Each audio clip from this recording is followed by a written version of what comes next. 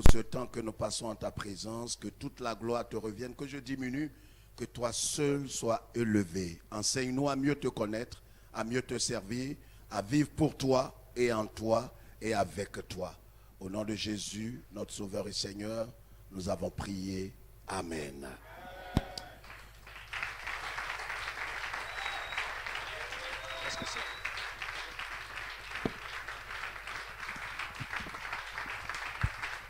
Veuillez vous asseoir.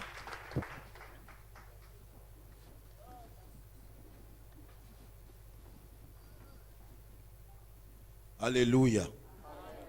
Gloire à Dieu. Je vous salue au nom du Seigneur. Je suis très content d'être là et nous bénissons le Seigneur. Alléluia. Bénissons Dieu. Nous étions en mission avec des pasteurs hollandais. Nous sommes en train de préparer une grande croisade d'évangélisation à Korogo et à Gagnoa. Et par la grâce de Dieu, le Seigneur est en train de préparer ce temps. Alléluia. Le temps est arrivé de faire passer les hommes des ténèbres à la lumière de Christ. Alléluia. Les caractéristiques d'un vrai disciple de Jésus-Christ. Qu'est-ce qui caractérise un vrai disciple? Le Seigneur dit, allez par tout le monde et faites de toutes les nations des disciples. Pas des membres, mais des disciples. Des hommes et des femmes qui adhèrent à la vision de Christ, à la doctrine de Christ, à l'enseignement de Christ, à la vie même de Christ. On ne peut pas être disciple de Jésus sans certaines conditions.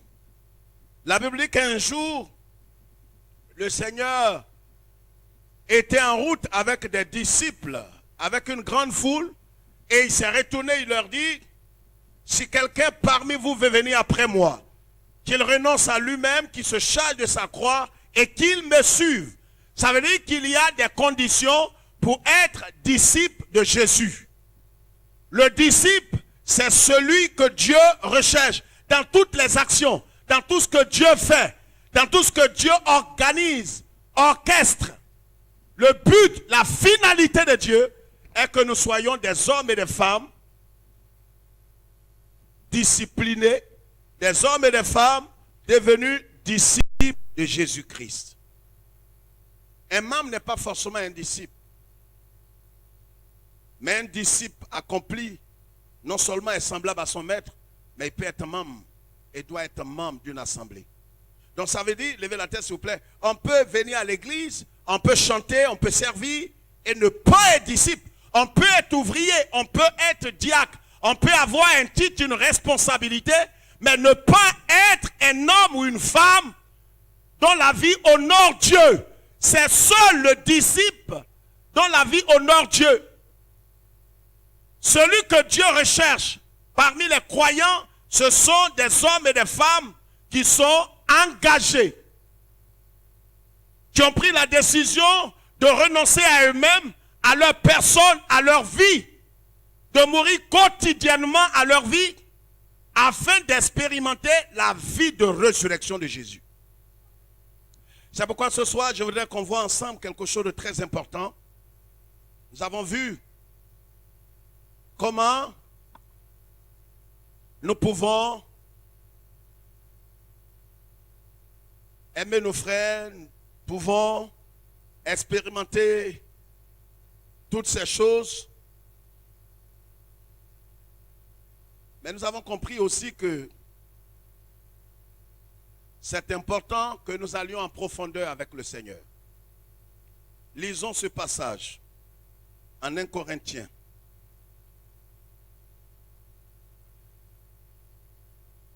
1 Corinthiens chapitre 1, le verset 25. 1 Corinthiens chapitre 1, le verset 25. Une parole forte du Seigneur nous dit ceci. Allons-y. 1 Corinthiens, les caractéristiques du vrai disciple de Jésus-Christ. 1 Corinthiens. Regardez ce que la Bible dit.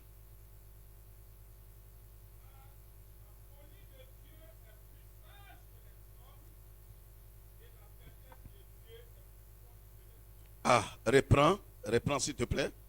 1 Corinthiens chapitre 1, le verset 25. Allons-y.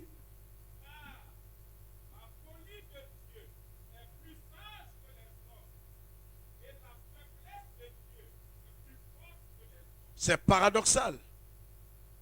Ce verset est difficile à comprendre. Ça paraît simple, mais c'est difficile à comprendre.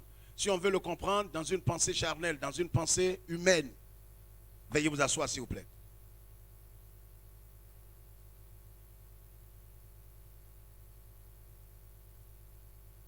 L'apôtre Paul, par le Saint-Esprit, dit, qu'est-ce qu'il dit? Il dit, car la folie de Dieu. Alléluia. Alléluia. La folie de Dieu est plus quoi? Aide-moi, est plus? Aide-moi. Les autres là, ils peuvent. Tu dis à ton voisin, tais-toi, c'est pas de toi. Car la folie de Dieu est plus.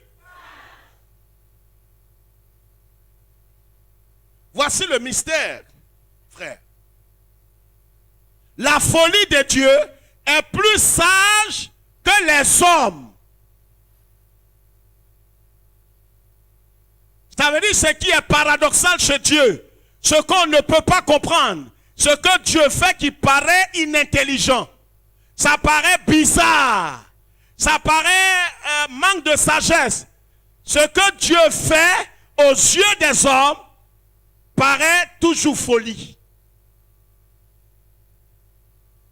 Quand Dieu est en train de faire une chose, ça paraît folie, ça paraît bizarre, ça paraît ne pas répondre aux standards des êtres humains.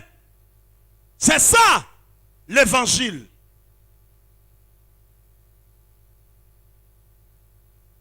Quand le Seigneur dit en Luc chapitre 9, si quelqu'un veut me suivre, voyez, la sagesse de Dieu est plus sage que la sagesse des hommes.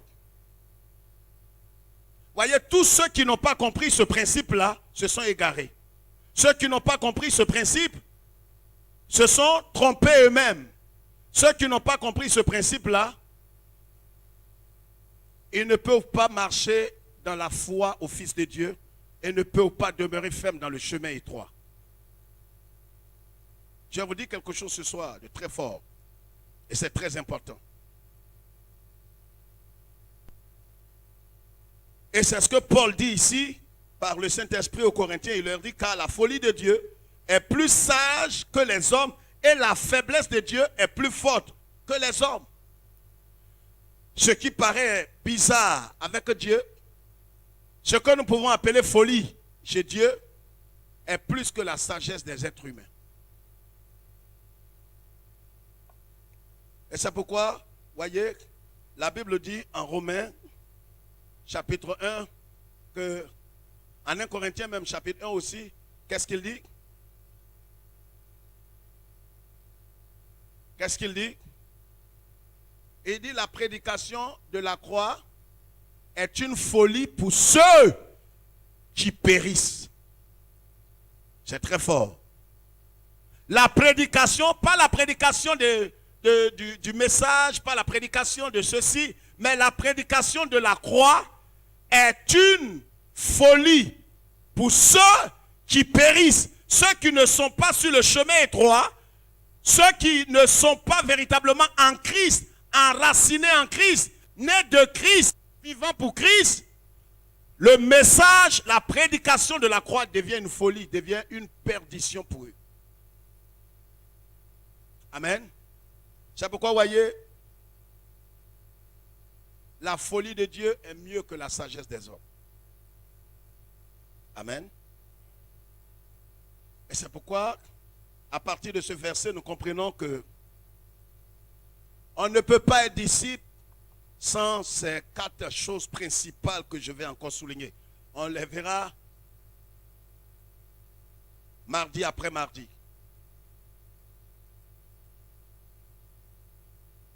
Amen. Nous devons devenir fous afin d'être sages.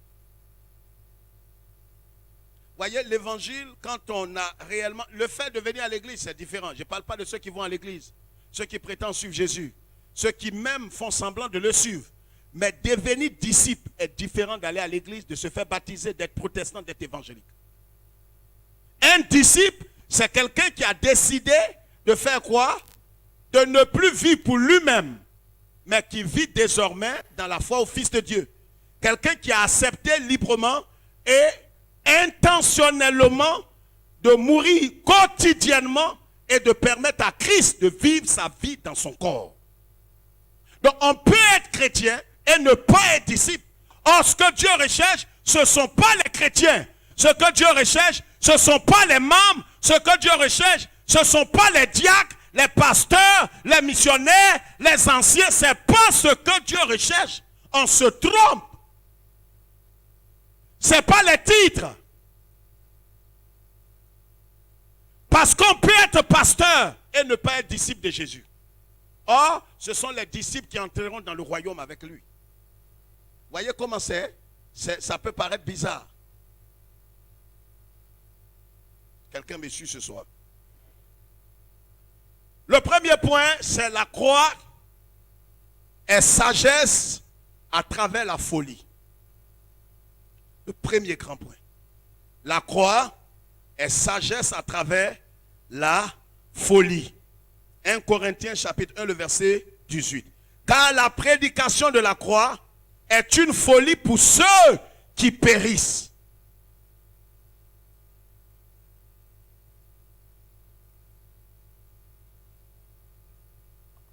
C'est le premier point. La croix est sagesse à travers la folie. Ça veut dire que ce que nous considérons comme sagesse venant de nos raisonnements, nos pensées, nos connaissances, nos acquis, nos opinions sont sans valeur en dehors de la croix. Vous savez, le raisonnement humain peut dire, voilà ce qui est normal, mais ce n'est pas ce qui est normal que Dieu cherche. C'est ce qui sort de la croix.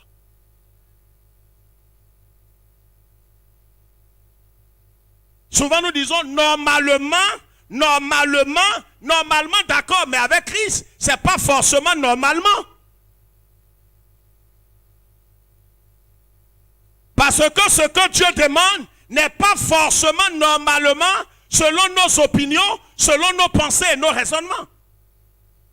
Quand le Seigneur dit, celui qui te gifle, si quelqu'un te gifle sur la joue droite, tends-lui la joue gauche, ça c'est pas normalement. Ça c'est pas la sagesse humaine. La sagesse humaine aurait voulu qu'on fasse quoi? Quand quelqu'un te frappe, tu réponds. Quand quelqu'un t'a traité de pute, de prostituée, et il savait que c'est ton mari, tu dois garder la haine dans ton cœur et dans tes os et ne jamais pardonner à cet homme. Ça, c'est la sagesse humaine. Et cette sagesse, elle est terrestre, elle est diabolique, elle ne vient pas de Dieu. Oh, Jésus dit le contraire. Jésus dit, si quelqu'un vous insulte, quelqu'un vous traite de toutes sortes d'insanités, pardonnez-lui et faites-lui du bien. Ça, ce n'est pas la sagesse humaine. Voyez comment la folie de Dieu est plus sage que la sagesse des hommes. Comment toi, tu es un homme normal, tu as toutes tes facultés en place, tu n'es pas bête. Quelqu'un te gifle, normalement ce que tu dois faire, c'est de le gifler aussi. Mais ça, tu peux être chrétien. Ton mari est en train de te traiter de pute. Il est en train de courir derrière la servante. Il est en train de marcher de façon compromettante, en train de te traiter, ne prend pas soin de toi. Normalement, ce qui est normal pour ceux qui sont normaux. Voyez, ce n'est pas les normaux qui vont au ciel. C'est des fous. Les fous en Christ. La croix te rend. Voyez, la croix est quoi? La croix est quoi? Elle est quoi? Sagesse à travers la folie. Souvent, ce qu'on enseigne, les gens sortent, ils disent là, sa maîtrise, il est agrégé en temps, mais ça ne va pas te servir ici. Ton agrégation, ta maîtrise et toutes ces choses. Parce que si tu veux analyser le message de l'évangile dans ta petite pensée, dans tes raisonnements humains, dans ta sagesse humaine, tu vas te perdre. Parce que ta sagesse est terrestre, diabolique, inutile, pas de valeur. C'est pourquoi toute sagesse en dehors de la croix est satanique. C'est pourquoi vous voyez tout ce que vous avez pu acquérir en dehors de quoi? De la croix va se retourner contre vous. La croix est sagesse à travers la folie. C'est quand tu parais fou, c'est là que pour Dieu, tu deviens sage. Ton mari qui t'humilie, qui t'a insulté, qui t'a traité de tous les noms, qui ne te donne pas de cadeau. Il a oublié ton anniversaire. Mais toi, tu prends soin de lui. Tu le bénis.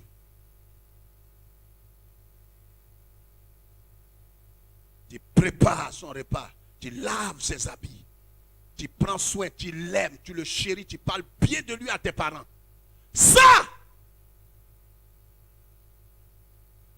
ce n'est pas la sagesse terrestre et humaine. Ça, tu es en train de devenir sage selon Dieu.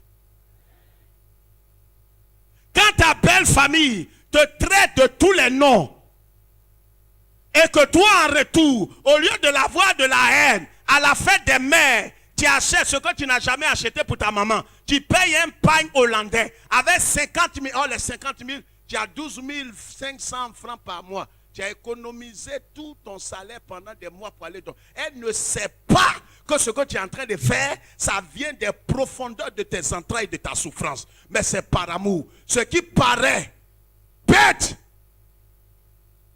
ça paraît bête.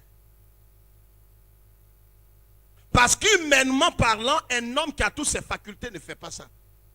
Seulement ceux qui sont destinés à la vie éternelle, qui sont sur le chemin étroit, qui sont disciples. Les chrétiens évangéliques ne font pas ça. Les protestants ne font pas ça. Le catholique est loin de faire ça. C'est seulement les disciples. Les disciples, un disciple, c'est quelqu'un qui a perdu la raison. Il perd, vous voyez, pour être disciple, pour entrer au ciel, il faut perdre ta raison. Quand tu veux être intelligent, selon le monde, quelqu'un t'a insulté, t'a traité de tous les noms, et tu veux répondre, même tu n'as pas répondu peut-être physiquement, mais ça est dans ton cœur, tu as des ressentiments. Quand tu vois la personne, vous avez fait des histoires, on vous a pardonné, on vous a réconcilié, vous vous êtes pardonné, peut-être de façon superficielle. La croix n'a pas fait son œuvre dans ton cœur. Vous savez, quand nous naissons, il y a un principe qu'on appelle le principe de la mort qui entre en nous. Quand quelqu'un naît net, le principe de la mort est inévitable, est irréversible. C'est pourquoi si quelqu'un, chaque seconde, ne décide pas d'abandonner son moi, ne décide pas de renoncer à sa volonté propre, je vous le dis devant Dieu et sur cette Bible, il n'entrera pas au ciel. Si tu n'es pas fou, voyez, ceux qui se croient sages, c'est parce qu'ils ne sont pas sages, ils ne sont pas intelligents. La sagesse de Dieu paraît bête aux yeux des hommes. Quelqu'un qui t'entretient, paye ta maison. Il ne t'a rien fait. Mais c'est le mari de quelqu'un. Et tu viens, tu entends l'évangile. Et puis l'évangile te dit, va faire quoi? Rompre avec lui. Ça paraît bête. Bête, bête. Parce que tu vas, on te dira, même une chrétienne évangile te dira, il t'a fait, il faut aller doux, il ne faut pas tout brusque, va doucement, c'est maintenant tu viens de commencer, va doucement, on ne va pas doucement. Ça c'est les chrétiens qui te disent ça. Un disciple ne te dira pas, va doucement. Il te dira, va dire merci, bénis Dieu, demande pardon, si tu as l'occasion à sa femme. C'est moi qui ai brisé le cœur, j'ai brisé votre foyer. Pendant 7 ans, c'est moi. Je suis venu restituer tout. Il m'a acheté un écran placement. Madame, tenez. Si tu fais ça, ça paraît bête et inintelligent. Mais aux yeux de Dieu, parce que ce que le monsieur t'a donné, tu as brisé leur vie. Normalement, si tu as un peu de dignité, tu devrais restituer tout ça à la femme.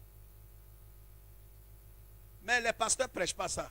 Je sais, ça fait pas rire ma soeur. Les pasteurs ne prêchent pas ça. Ça, il n'y a pas l'argent derrière. Tu prêches ça, mais tes chrétiens ont parti. Je préfère qu'ils partent. Si ça ne t'arrange pas, ne viens plus ici. Peut-être que j'étais venu avec l'argent. Il ne faut pas faire offrande. Pas avec ça. C'est toi qui ris. Je ne suis pas en train de rire. La croix est folie. Elle est folie. C'est pourquoi, vous voyez, personne, on n'ose pas parler de la croix. On peut parler de tout. On peut parler de tout et de tout et de tout. Mais on ne parlera pas du chemin qui mène au ciel. Jamais. Parce que le chemin qui mène au ciel, avec Dieu, c'est quand on perd. C'est là qu'on gagne.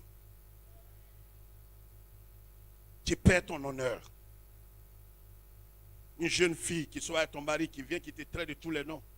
Oh, peut-être elle a l'âge de ta première fille ou ta dernière fille. Mais elle te traite comme une chienne.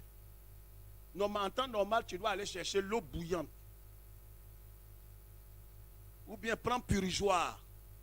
Avec de l'acide dedans, mais ça. Non, c'est des conseils. Ça, chrétien évangélique peut faire ça. Mais disciple, il ne vit plus. Il est mort. Il a perdu sa raison. Il ne fait pas ça. Ça lui fait mal. Mais il ne réagit pas. C'est ça le chemin du ciel. C'est pourquoi Jésus dit, peu sont ceux qui seront sur ce chemin. Peu. Beaucoup viendront à l'église, mais beaucoup n'iront pas au ciel. La croix est sagesse à travers la folie. Alléluia. Alléluia. C'est pourquoi, vous voyez, nos pensées, nos raisonnements, nos sentiments, nos opinions sont sans valeur en dehors de la croix. Sont sans valeur devant Dieu. Sans valeur. Parce qu'avec Dieu, il est question de quoi? Ce qui paraît gauche, ce qui paraît inintelligent. Chez Dieu, ou en Christ, c'est ce qui est la vraie sagesse. Quelqu'un m'entend?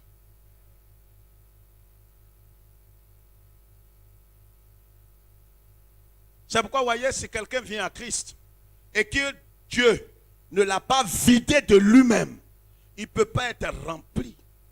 Il ne peut pas. Regarde, apporte-moi deux verres. Un verre rempli, un autre verre non rempli. Un verre vide, un verre rempli. Ouais, quand on vient, c'est pourquoi, vous voyez, on vient avec quoi? La sagesse humaine. On vient avec la pensée humaine. On vient avec nos raisonnements, nos opinions, nos sentiments. On dit non, chez nous, mais tu vas perdre ton âme. Chez vous, c'est où? On n'est pas chez vous.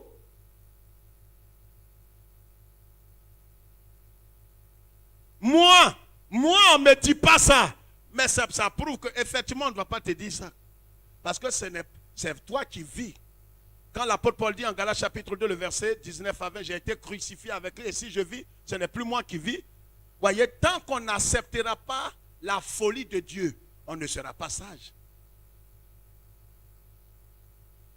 On dit, mais il faut te mettre à la page, il faut être sexy.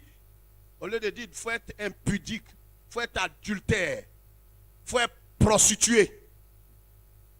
Une femme qui va s'habiller, qui va mettre toutes ses fesses dans un jean et que tout le monde voit serré, on peut porter les pantalons, on peut porter, et on n'a pas besoin d'être sexy, ça te sert. Toi-même, tu sens que ton corps ne respire pas. Et ça, les femmes savent ça. Mais ça même, tu es dedans et tu ne peux même pas marcher, en train de marcher comme ça. Hein? Parce que tu es à la recherche d'un client. Et quand on te dit, laisse ça, mais si elle laisse ça, comment je vais avoir un homme? Comment je vais avoir un homme? Tout est artificiel sur toi, de ta tête jusqu'aux orteils. Paupières artificielles, cheveux artificiels, fesses artificielles, seins même là, c'est artificiel. Tout est artificiel sur toi, à part ton bonjour.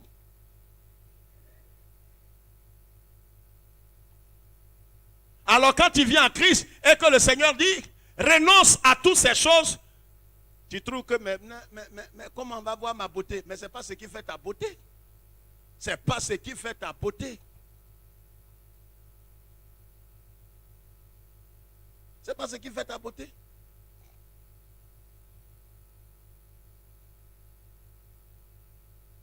Remplis ça aussi. Amen. C'est pas ce qui... Frère, il y a certains... Ouais, c'est pour ça que, vous voyez, la croix est sagesse à travers la folie. On ne peut pas être sage de la sagesse de Dieu sans passer par la folie de Dieu. La sagesse de Dieu paraît une folie. Comment quelqu'un qui t'a raté à un billet de caïman et t'envoie un repas, tu n'as pas mangé, tu donnes au chien, ton chien meurt.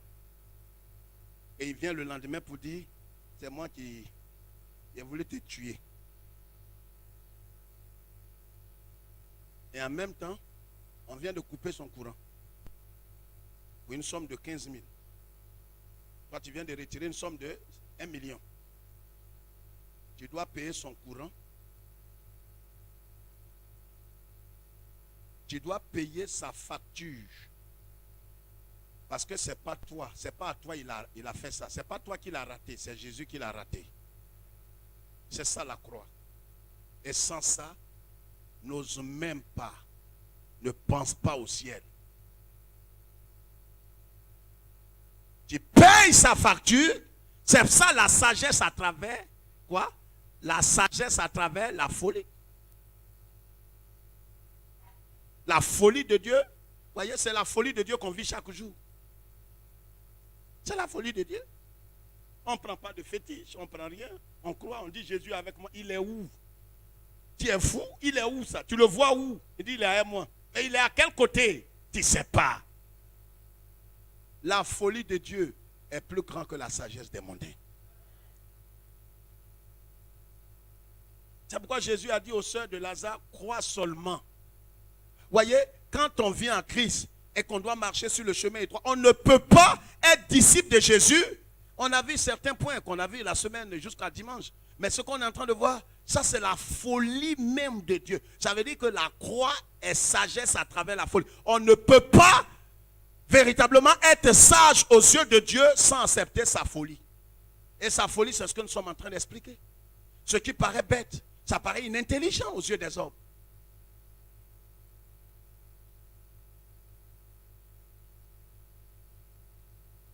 Quelqu'un qui t'a raté à un pile de caïman et te dit non, pour l'amour de Dieu, pardonne-moi. Vraiment, il ne sait pas ce qui m'a pris. Mais on vient de couper mon courant. Si tu as quelque chose, aide-moi à payer ma facture. La Bible dit que non seulement tu dois payer sa facture, mais trouve-lui quelque chose. Il va manger le soir. Ça paraît bête de chez les bêtes.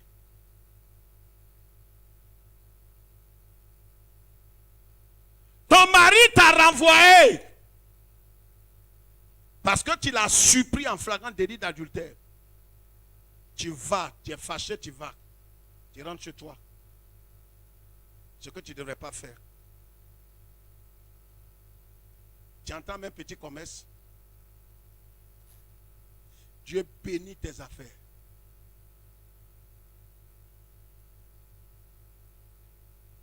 Et oh, tu es chez tes parents. Et une petite affaire que tu as faite, tu viens d'avoir 3 millions.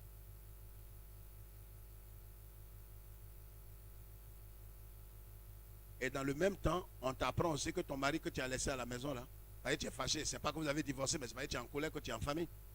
On vient de le licencier.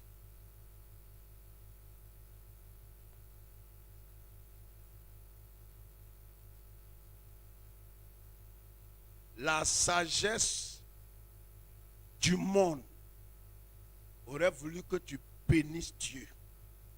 On dit Dieu est là-haut. Il y a un Dieu pour les pauvres. Tu m'as traité de pute, moi. Alléluia. Dieu n'oublie pas. Non, tu ne dois pas dire ça. Voici la folie de Dieu. Tu dois regretter de ce qu'on a renvoyé ton mari. Et les 3 millions que tu viens d'avoir, tu ne partages pas à lui. Tu vas devant Dieu et dis, chérie, je sais que tu ne peux pas accepter. Tu ne peux pas être disciple. Chérie, j'ai appris la triste nouvelle. Ce que tu as fait, ça m'a blessé le cœur. Je suis allé en famille, mais je t'aime toujours. Je suis revenu. Et pendant ce temps aussi, j'ai fait un petit commerce. Il y a eu 3 millions. Ah, les 3 millions. Tu ne veux pas crier, tu ne veux pas aller au ciel. On parle de ciel. On ne parle pas des protestants. Voici les 3 millions. Essaie de voir ce que tu vas me donner et puis ce que Dieu te mettra à cœur de faire. Moi, quand je trouve l'argent, je fais les dépenses et puis j'informe ma femme. Mais elle, quand elle trouve l'argent, elle garde. Même quand je suis en voyage, c'est quand je viens. Elle dit, chérie, voilà, trouver une grâce. Vois ce que tu vas prendre dedans. Souvent, hein. Vois ce que tu vas prendre dedans. Et puis vois aussi ce que tu vas me donner.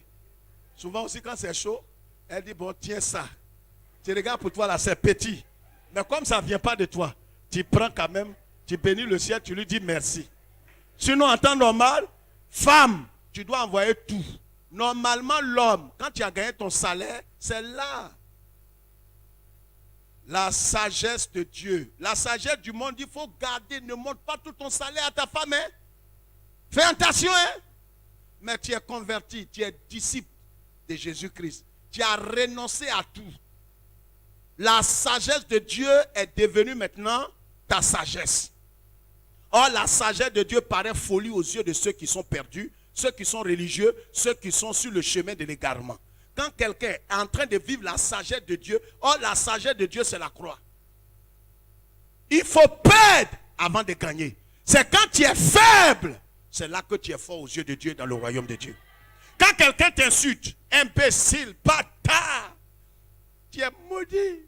Tu es maudit.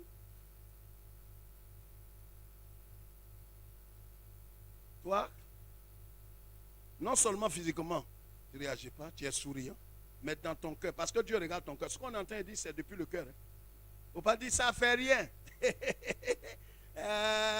Il t'attend au tournage, ça ne fait rien, ça ne fait rien. Ça ne fait rien, ça ne fait rien, ça ne fait rien, ça ne fait rien. Non, ton cœur est rempli de haine. Souvent on dit ça, mais tu ne veux pas laisser tomber. Tu envoies les 3 millions là, et tu déposes.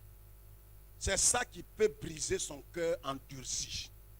Voyez, c'est l'évangile, c'est la croix de Christ. La croix n'est pas différente de l'évangile. L'évangile, c'est la croix. La croix, c'est l'évangile. C'est pourquoi la croix est sagesse par quoi? Est sagesse de Dieu à travers la folie. Quelqu'un qui t'a provoqué, tu l'héberges. Et c'est lui qui regarde dans ta sauce, dit mais, oh il dort sur toi. Hein. Mais c'est ce que vous avez fait aujourd'hui. Et pourtant il ne donne rien. C'est ce qu'on va manger aujourd'hui. C'est quoi tout ça là? Il y a quelque chose ça. Qui prépare ça? Qui prépare ça? Il ne donne rien. Ça dit, tu es là, tu te demandes, Seigneur. Oh, Jésus. La croix là aussi va nous rendre bêtes. Oui. La croix va te rendre fou. Parce que dans ça, il vient de cracher. Tu lui deviens calmement. Normalement, ton sang fait un tour comme ça. Tu le regardes, tu as envie de les vider cette nuit. Il y a une voix qui te dit, vide-les, vide-les, vide-les. Il y a une autre voix calme qui te dit, ne les vide pas. Ne les vide pas. Tu viens, la sorte n'a pas plu. Il y a cette cancre qui a préparé la sorte. Ce n'est pas que c'est toi. Et il enfonce le cou. Cancre. Oh, c'est toi qui as préparé. Donc c'est toi qui es cancre. La sorte n'est pas bien. Ouh, c'est pas bon du tout. Je ne sais pas si c'est cette femme qui a préparé ça. Je ne sais pas si elle a été éduquée ou elle n'a pas été éduquée. Mais tout ça, c'est de toi. Je parle des choses pratiques. On est là. Il vit chez toi et il se comporte comme ça. Et voilà comment certains ont eu la haine. Et cette haine va devenir cancer. Cancer, vrai cancer. Ça peut devenir cancer. Il y a des péchés qui deviennent maladies dans notre corps. Voilà le message qu'on ne veut pas entendre. La croix est sagesse, pas la folie. Normalement, quelqu'un qui se comporte ainsi, la sagesse terrestre, la sagesse et les proverbes de notre village auraient voulu que vous le renvoyiez. Matin, tu le fais à soi, tu dis, voilà, Zébédée, vraiment, je tenais à toi et ton épouse à vous remercier. Vous avez passé du bon temps avec nous. Normalement, c'est elle qui doit venir vers vous. Mais toi, tellement ton cœur est chaud. Tu dis, bon, ben voilà, allez, trop c'est trop, trop c'est trop. Trop c'est trop. C'est vrai, on est en Christ, on est dans la même église, Mais si on continue comme ça, on ne va pas. J'ai été blessé. J'ai blessé. Mon cœur là, moi je connais mon cœur. Je connais mon cœur. Quelqu'un ne me connaît pas, mais il connaît mon cœur. On dit ça ou on ne dit pas? Mais c'est de ça que je parle. Il me connaît. Un matin, j'ai blessé quelqu'un ici. Non, la sagesse de Dieu est folie. Le bonhomme a fait ça. Il ne paye rien. Et après tout ça, qu'est-ce qu'il fait? Comme s'il avait quelque chose. Tu demandes à sa femme, vraiment, Madame Zébédé, demain vous allez faire la cuisine. Regarde, je ne suis pas venu chez toi ici pour faire. Je ne suis pas ta bonne. C'est le problème de maison qui a fait qu'on s'est rencontrés ici. Je t'ai dit que j'allais passer un peu de temps chez vous. Je n'avais pas dit, ouais, la sagesse de Dieu est folie. Alléluia. Sans cette folie, c'est dans la folie qu'on suit Jésus. Tu n'es pas bête chez les bêtes. Tu ne peux pas suivre Jésus. Quand tu te crois intelligent, c'est les intelligents qui prennent le chemin de l'enfer. Parce que c'est le chemin large. Ils se croient sages. Ici, on dit à quelqu'un, il faut passer ici. Et puis voilà le chemin. Normalement, celui qui est intelligent, avec l'intelligence humaine, voudra passer ici. Ici est large. Mais ici, là, on te dit de passer ici. Comment tu vas? Comment? C'est dur. Voilà le chemin que Jésus donne. Oh, il y a un grand chemin qui est là. Ici, tu as la haine, tu es baptisé, tu parles la langue.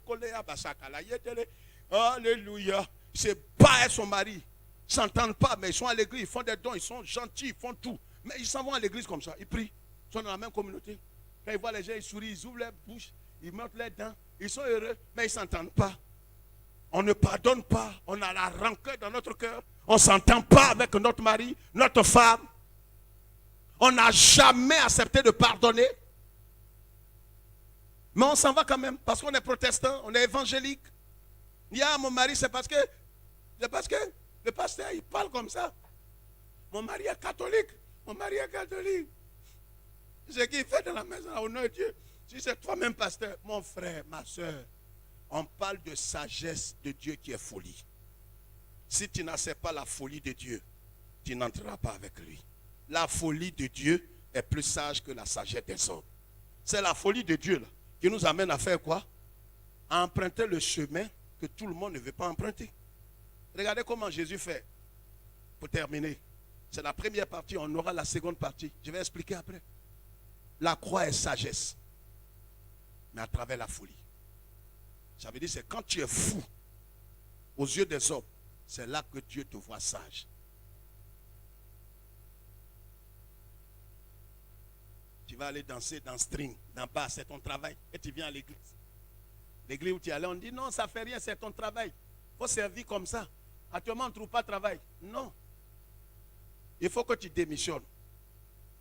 Même si tu dois rentrer au village, si tu ne dois pas avoir de pommade, tu ne dois pas manger. À cause de Christ, tu dois le faire. La sagesse de Dieu est folie pour ceux qui périssent et ceux qui prennent le chemin large. Bien-aimés frères et sœurs, devons comprendre cela. Jésus, à Cana, qu'est-ce qu'il fait? Il a posé un acte. Voyez, tout ce que le Seigneur fait, ses principes ne sont pas des principes universels, ne sont pas des principes peut-être explicables. Il dit, sa maman a dit, le vin est fini, c'était un mariage. Il dit, vous avez de l'eau là? Ils disent oui. Vous avez de l'eau? Il dit oui. Prenez de l'eau, les jarres qu'on prend pour faire la purification. Remplissez ces jarres. Remplissez ces jarres.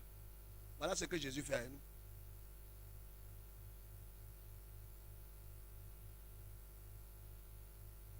Voilà ce qu'il fait. Ce n'est pas avec l'eau on fait le vin. C'est inintelligent. Mais c'est dans l'inintelligence que se trouve la sagesse de Dieu. Il a passé donc. Elle dit quoi? Quand si elle veut bien comprendre. Hein? De laisser tout tomber. Ce n'est pas seulement laisser tout tomber. Toi-même, il faut aller. Toi qu'on a insulté là. Ce soir, va demander pardon à celui qui t'a insulté. Va lui dire c'est parce que tu ne t'es pas bien comporté. Voilà la folie de Dieu.